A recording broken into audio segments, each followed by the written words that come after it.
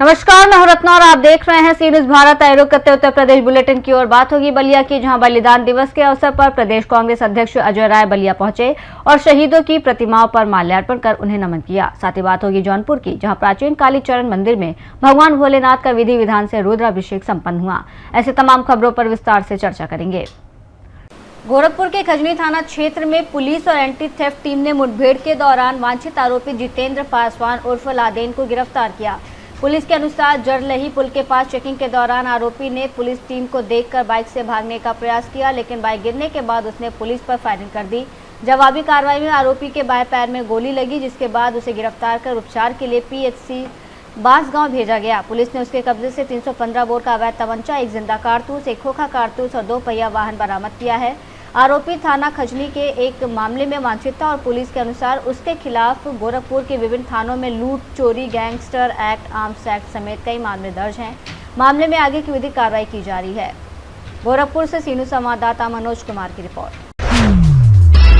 खबर बलिया से है, जहां बलिदान दिवस के अवसर पर प्रदेश कांग्रेस अध्यक्ष अजय राय बलिया पहुंचे और शहीदों की प्रतिमाओं पर माल्यार्पण कर उन्हें नमन किया।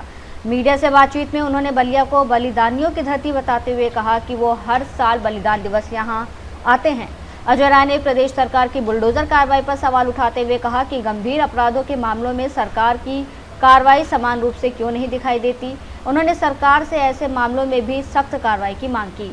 बलिदान दिवस में हम लोग आके अपने आप को सौभाग्य मानते हैं।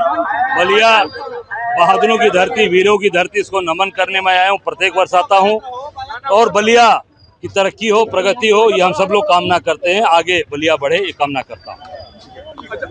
अच्छा सर, जिस तरीके से अगर हम बात करें उत्तर प्रदेश सरकार की, तो आगामी चुनाव को लेकर क्या कहना चाहेंगे सर? मैं निश्चित तौर से, आप देख सकते हैं, ये बलिदानियों की धरती पर कोई विकास नहीं किया सरकार ने। तो अब जब उन्होंने मंगल पांडे, चित्तू पांडे, कुंवर सिंह के स्थान पर विकास नहीं किया, तो मैं समझता हूँ कि पूरे प्रदेश के अंदर अंधेरा है। कल बनारस में थोड़ा बरसात हुई, पूरा बनारस वेनिस हो गया, डूब गया था। अच्छा सर, दाल मंडी में जो कार्रवाई हो रही है उस पर क्या कहेंगे? बिल्कुल अत्याचार है, अन्याय है, और वो गरीबों का मार्केट था, जहां गरीब बलिया, गाजीपुर, आजमगढ़, जौनपुर, बिहार तक के लोग सामान लेने जाते थे। उस दाल मंडी को पूरी तरीके से ध्वस्त किया जा रहा है। ये पूरी तरीके से गलत है, ये इंसानियत के खिलाफ है। तो क्या 27 में कांग्रेस किस तरीके से चुनावी रणनीति? नहीं, 27 में ये देखिए, तिरंगा हमारे हाथ में है। यही तिरंगे की शान 27 में रहेगी और ये तिरंगा हम लोग विधानसभा के अंदर फहराएंगे। समाजवादी पार्टी साथ लगाएगी? अब ये राष्ट्रीय नेतृत्व तय करेगा। हम सब लोग काम कर रहे हैं और हम सब लोग पूरे प्रदेश के अंदर अपना कार्य कर रहे हैं। योगी सरकार बुलडोजर को लेकर काफी सेंसिटिव है। वो कह रही है कि अगर कोई अपराध करेगा तो बुलडोजर कार्रवाई होगी। अरे तो बुलडोजर चलाओ ना। जो एसपी के माँ को मारे हैं, जो एसपी वर्तमान में आईपीएस अधिकारी आशुतोष मिश्रा की माँ की हत्या किए हैं, उनके घर पे बुलडोजर चलाओ, उनको चलाओ। जो टेम्पो वाले की लड़की को सिपाही ने बलात्कार करके हत्या कर दी, उस सिपाही पे घर पे बुलडोजर चलाओ। कब चलाओगे? बलिया से सीनू संवाददाता राजू गुप्ता की रिपोर्ट।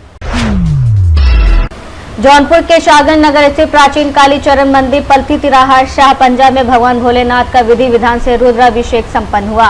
काशी धाम से पहुंचे विद्वान आचार्य पंडित शिव प्रकाश तिवारी के साथ शाहगंज के पंडित ओंकार मिश्रा, पंडित मोनू मिश्रा और ब्रिजेश मिश्रा ने वैदिक मंत्रोच्चार के बीच पूजन और रुद्राभिषेक कराया। अनुष्ठान शुरू होते ही मंदिर परिसर भोलेनाथ के जयकारों से गूंज उठा। मंदिर की पुजारी सुशीला देवी और उनके पौत्र आदर्श मालिक की देखरेख में हुए कार्यक्रम में बड़ी संख्या में श्रद्धालु और नगरवासी शामिल हुए। भक्तों ने भगवान शिव का जल, दूध और अन्य पूजन सामग्री से अभिषेक कर सुख, समृद्धि और परिवार की मंगल कामना की। सुशीला देवी ने बताया कि सावन में रुद्राभिषेक का विशेष महत्व है, जबकि पंडित शिव प्रकाश तिवारी ने इसे भगवान शिव की आराधना का पवित्र विधान बताते हुए श्रद्धालुओं से धार्मिक अनुष्ठान में सहभागी बनने का आह्वान किया। भगवान शिवलिंग की व्यवस्थापना होने की पहली बार रुद्राभिषेक आप करा रहे विधि विधान द्वारा, क्या कहना चाहेंगे?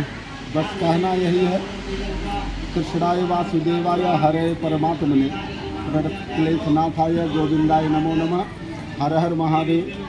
सभी को मंगलमय कामनाओं के साथ आज इस प्राचीन मंदिर पर भगवान शिव की स्थापना के बाद सार्वजनिक रुद्राभिषेक का यह कार्यक्रम, चूँकि रुद्राभिषेक घर पर करवाने पर या कोई ऐसी व्यवस्था रहती है सिंगल पर्सन करवाने पे अतिरिक्त खर्च होता है।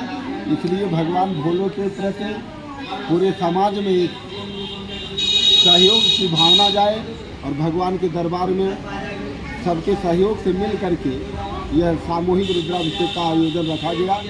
सभी के मंगल कामना निमित्त रोजगार, पुत्र पौत्र, परिवार, धन धान्य, सुख समृद्धि सब कुछ पाने के लिए कुछ भी ऐसा छूता नहीं जो भोले बाबा के दरबार में कोई छूता रह जाए। सब इनकी कृपा से वह स्वतः धीरे धीरे स्नेह करके जब हमारा आपका लगाव जुड़ जाता है वो प्राप्त हो जाता है।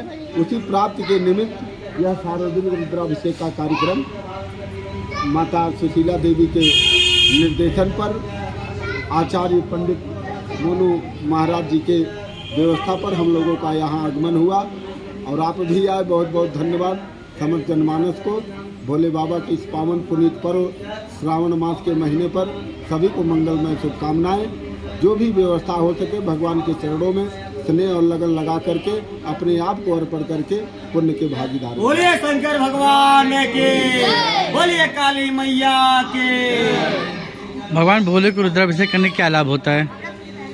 उसमें हर प्रकार के मन समस्त प्रकार के जीवन के सब कुछ, जैसे गाय के शुद्ध गाय के दूध से पुत्र रत्न की प्राप्ति के लिए किया जाता है, गन्ना के रस से लक्ष्मी प्राप्ति के लिए, माठा से प्रीति बाधा के लिए, दधी से पशु वृद्धि के लिए, मन भगवान की जितनी औषधियाँ हैं, जितने प्रकार से अभिषेक किया जाता है, कुशोदक से समस्त प्रकार के रोग व्याधि की कष्ट की निवृत्ति के लिए, सब उसमें जितने प्रकार के उसमें अभिषेक हैं। तीर्थोदक जल से अभिषेक करने पर वर्षा वृष्टि होती है। तमाम प्रकार के ऐसे हैं जो जैसी जिस भक्त की भावना रहती है भगवान को उसी प्रकार से अभिषेक करवाता है। क्या शुभ नाम आपका? पंडित शिव प्रकाश तिवारी, काशी जी। जौनपुर से सीनू संवाददाता दिवाकर मिश्रा के साथ दीपक सिंह की रिपोर्ट। ललितपुर के मड़ावरा ब्लॉक में खंड विकास अधिकारी आजम खान के निर्देशन में एडीओ पंचायत सचिन कुमार जैन ने सड़क सुरक्षा को ध्यान में रखते हुए विशेष अभियान चलाया। अभियान के दौरान सड़कों पर घूम रहे अन्ना पशुओं को इकट्ठा कर पिपरिया गौशाला भेजा गया। एडीओ पंचायत ने बताया कि अभियान को सफल बनाने के लिए विकासखंड स्तर पर 4 टीमों का गठन किया गया था। उन्होंने ग्रामीणों से अपील की है कि अपने दुधारू और अन्ना पशुओं को घर पर सुरक्षित रखें ताकि सड़क पर होने वाली दुर्घटनाओं को रोका जा सके। इस दौरान ब्लॉक कोऑर्डिनेटर स्वच्छ भारत मिशन विजय कुमार दुबे अपनी टीम के साथ मौजूद रहे। ललितपुर से सीनू संवाददाता राकेश कुमार वैद्य की रिपोर्ट।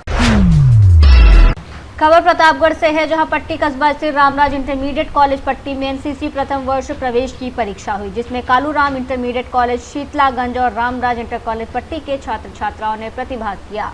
परीक्षा में 145 छात्र छात्राएं सम्मिलित हुए। परीक्षा कराने में सूबेदार रुस्तम थापा, सूबेदार हिमाल फड़के, नायब सूबेदार मेराज अहमद, विद्यालय के प्रधानाचार्य डॉक्टर प्रशस्त कुमार त्रिपाठी, एनसीसी अधिकारी सुरेश कुमार मिश्र, नीलाभ मिश्र, राजेश दुबे, प्रमोद दुबे, हरीश चंद्र मिश्र, पंकज तिवारी आदि मौजूद रहे। प्रतापगढ़ से सीनू संवाददाता रोहित जायसवाल की रिपोर्ट। गाजियाबाद में आगामी 2027 विधानसभा चुनाव को लेकर समाजवादी पार्टी ने संगठन को मजबूत करने और जनाधार बढ़ाने की कवायद तेज कर दी है। राजनगर स्थित सपा जिला कार्यालय पर आयोजित सदस्यता कार्यक्रम में लोनी क्षेत्र से आए युवाओं और उनके समर्थकों ने पार्टी की सदस्यता ग्रहण की। कार्यक्रम की अध्यक्षता जिला अध्यक्ष फैजल हुसैन ने की, जिन्होंने नए सदस्यों का पटका पहनाकर और फूल माला से स्वागत किया। फैजल हुसैन ने कहा कि सदस्यता अभियान के जरिए संगठन का लगातार विस्तार किया जा रहा है और युवाओं के जुड़ने से पार्टी को मजबूती मिलेगी। उन्होंने कार्यकर्ताओं से आगामी विधानसभा चुनाव को देखते हुए गांव, वार्ड और बूथ स्तर तक सक्रिय होकर पार्टी की नीतियों को जनता तक पहुंचाने का आह्वान किया। जैसे कि आज समाजवादी पार्टी कार्यालय पर अन्य दल से आए लोगों की ज्वाइनिंग कराई है, किस दल से आए और कितनी संख्या में आज ज्वाइनिंग की गई? आज समाजवादी पार्टी गाजियाबाद के द्वारा लोनी विधानसभा से और सदर विधानसभा से काफी बड़ी संख्या में युवा साथियों ने समाजवादी पार्टी ज्वाइन करी है, जो विभिन्न दलों में काम कर रहे थे। उसमें कुछ साथी आजाद समाज पार्टी में भी काम कर रहे थे, तो कुछ साथी ऐसे हैं जिन्होंने पहली बार किसी दल की प्राथमिक सदस्यता ले रहे हैं।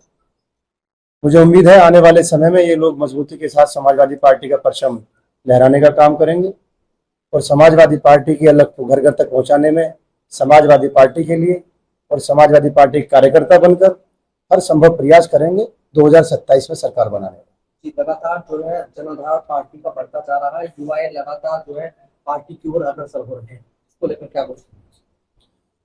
प्रदेश में परिवर्तन की लहर चल पड़ी है, क्योंकि युवा जितना भी इस देश का है वो सभी कहीं ना कहीं भारतीय जनता पार्टी की नीति और विचारधारा से त्रस्त हो चुका है। आज युवाओं ने ये ठान लिया है कि 2027 में समाजवादी पार्टी की सरकार उत्तर प्रदेश में बनाएंगे और आदरणीय राष्ट्रीय अध्यक्ष जी की नीतियों और विचारधाराओं को जन जन तक पहुंचाने का प्रयास करेंगे। और उन्होंने जो पूर्व में 2012 से 17 में जो काम किए हैं उन्हें याद दिलाने का काम करेंगे, क्योंकि जो काम आदरणीय राष्ट्रीय अध्यक्ष जी के द्वारा 2012 से 17 में किए गए हैं वो आज भी स्मरणीय है और यादगार है। क्योंकि गाजियाबाद में आपने देखा होगा जितनी भी महत्वपूर्ण विकास की परियोजनाएं आदरणीय राष्ट्रीय अध्यक्ष जी के द्वारा लाई गई थी, उसके बाद आज भी विकास का रथ वही रुका हुआ है, उससे आगे नहीं बढ़ पाया है। भारतीय जनता पार्टी ने कहीं ना कहीं युवाओं को छलने का काम किया है, महिलाओं को छलने का काम किया है और समाज के हर एक वर्ग और समाज के हर एक उस इंसान को जिनको उन्होंने झूठे प्रलोभन देने का काम किया था उसको छलने का काम किया है। आज उसी क्रम में समाजवादी पार्टी में युवा साथियों ने सदस्यता ली है और मुझे उम्मीद ही नहीं, यकीन है आने वाले समय में आप देखेंगे जनपद गाजियाबाद में और भी बड़ी बड़ी ज्वाइनिंग होने जा रही है। गाजियाबाद से सीनियर संवाददाता प्रवीण की रिपोर्ट। रायबरेली के ग्राम मैलखा थाना जगतपुर में बैनामा की जमीन पर नए निर्माण की अनुमति के नाम पर लेखपाल द्वारा कथित रूप से 40,000 रुपए लेने का मामला सामने आया है। पीड़िता का आरोप है कि पैसे लेने के बावजूद लेखपाल ने काम नहीं किया और रकम वापस मांगने पर उसे धमकाया गया। न्याय की मांग को लेकर पीड़िता लगातार अधिकारियों के चक्कर लगा रही है और बुधवार को जिलाधिकारी कार्यालय पहुंचकर शिकायत दर्ज कराई। पीड़िता ने मामले की जांच कर कार्रवाई और न्याय दिलाने की गुहार लगाई है। क्या नाम है आपका? अमृता देवी। कहाँ के रहने वाले? मेलखा साहब, थाना जगतपुर। समस्या क्या है? समस्या हमारी है कि हमने जहाँ मेलखा साहब में मकान जमीन खरीदी, हमने बैनामा से ली है और एक लोग हमारे दो साल मतलब साल 2 साल हुआ है बनवा लिए हैं, तो वो हमको बॉन्डी नहीं कराने दे रहे थे। तो हमने एप्लीकेशन दिए हैं, लेखपाल आया मौके पे, वो किया, नापा भी है मौके पे, हमारी पूरी जमीन नहीं है और वो लोग सरहंग है, बनाने नहीं दे रहे। तो इन्होंने बोला, लेखपाल बोला कि हमको 40,000 रुपया दे दो, हम बनवा दिए।